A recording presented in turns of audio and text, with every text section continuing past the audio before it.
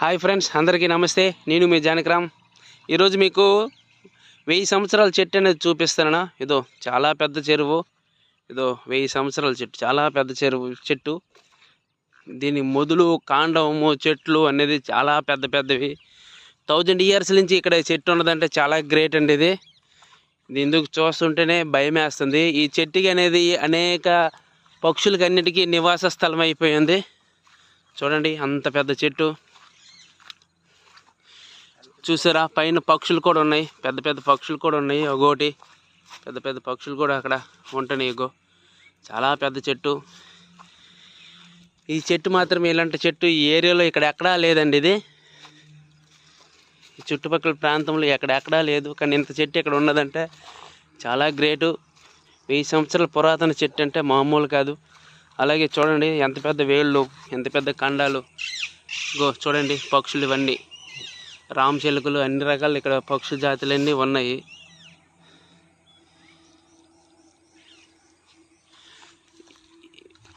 పైకి ఎక్కాలంటే చాలా భయంగా ఉంటుంది.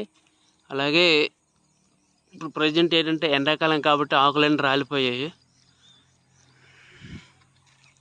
కనీసం ఇది 1000 సంవత్సరాలు అంటే కనీసం ఒక 10 తరాల చెట్టు. తాత ముత్తాతలు దీన్ని చూశారు. అప్పటి నుంచి ఉన్నది ఈ చెట్టు. కానీ ఆ చెట్టు అనేది ఈరోజు మీ అందరికి చూపిస్తున్నా. కానీ ఈ ఏరియాలో ఇక్కడ ఎక్కడా లేదు. ఇది మాకు దగ్గర ప్రాంతంలో ఉంది ఈ చెట్టు, కాబట్టి మీ అందరికీ పరిచయం చేస్తున్నా.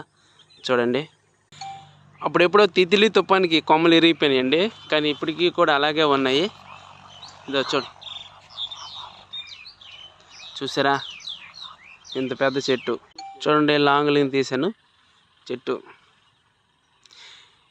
ఇంత పెద్ద చెట్టుకి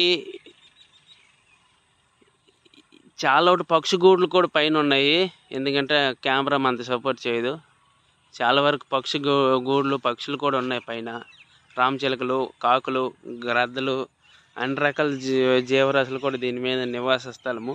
అంటే ఇంత పెద్ద చెట్టు అనేది ఏరియాలో ఎక్కడా లేదు. మీ ఏరియాలో ఎక్కడికైనా ఉంటే మాకు కామెంట్ చేయండి.